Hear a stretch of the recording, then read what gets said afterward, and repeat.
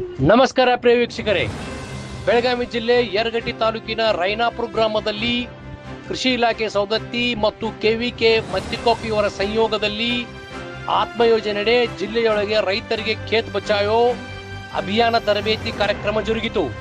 ಕಾರ್ಯಕ್ರಮದಲ್ಲಿ ಅತಿಥಿ ಉಪನ್ಯಾಸಕರಾಗಿ ಆಗಮಿಸಿದ ಕೆವಿಕೆ ಮತ್ತಿಕೊಪ್ಪದ ಮಣ್ಣು ವಿಜ್ಞಾನ ವಿಭಾಗದ ವಿಜ್ಞಾನಿ ಶ್ರೀ ಎಸ್.ಎಂ. ವಾರದ್ ಅವರು ಮಾತನಾಡಿ, ಈ ಅಭಿಯಾನದ ಮುಖ್ಯ ಉದ್ದೇಶವೆಂದರೆ ಮಣ್ಣನ್ನು ರಕ್ಷಣೆ ಮಾಡುವುದು. ರೈತರು ಅತಿಯಾದ ರಾಸಾಯನಿಕ ಬಳಕೆಯಿಂದ ಭೂಮಿ ಹಾಳಾಗುತ್ತಿದೆ.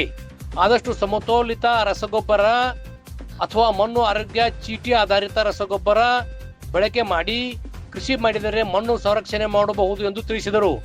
ಮಣ್ಣು ಸಂರಕ್ಷಣೆ ಮಾಡುವುದು ಪ್ರತಿಯೊಬ್ಬ ರೈತರ ಆದ್ಯ ಕರ್ತವ್ಯವಾಗಿದ್ದು, ಈ ಅಭಿಯಾನವು ಜೂನ್ 1ನೇ ತಾರೀಕಿನಿಂದ ಈ ತಿಂಗಳು 30ನೇ ತಾರೀಕಿನವರೆಗೆ ಜಿಲ್ಲಾದ್ಯಂತ ಹಮ್ಮಿಕೊಂಡಿದ್ದು, ಎಲ್ಲ ರೈತರು ಈ ಕಾರ್ಯಕ್ರಮದ ಸದುಪಯೋಗ ಪಡಿಸಿಕೊಳ್ಳಬೇಕೆಂದು ಮಾಹಿತಿ ನೀಡಿದರು.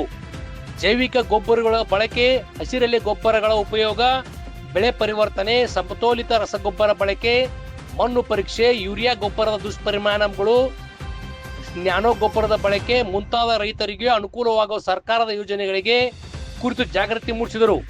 ಈ ಸಂದರ್ಭದಲ್ಲಿ ಸೌದತ್ತಿ ಮತ್ತು ಯರಗಟ್ಟಿ ತಾಲೂಕು ಸಹಾಯಕ ಕೃಷಿ ಅಧಿಕಾರಿ ಶಿವಕುಮಾರ್ ಪಾಟೀಲ್, ಕೃಷಿ ಅಧಿಕಾರಿಗಳಾದ ಎಸ್.ಎಲ್. ದೇಸಾಯಿ, ಮಹಾಂತೇಶ್ ಕಳಸಪ್ಪನವರ್, ಉಮೇಶ್ ಯರಗಟ್ಟಿ, ಕೃಷಿ ಸಂಜೀವನಿ ಸಿಬ್ಬಂದಿ ಹಾಗೂ ಪ್ರಗತಿಪರ ರೈತರು ಹಾಜರಿದ್ದರು.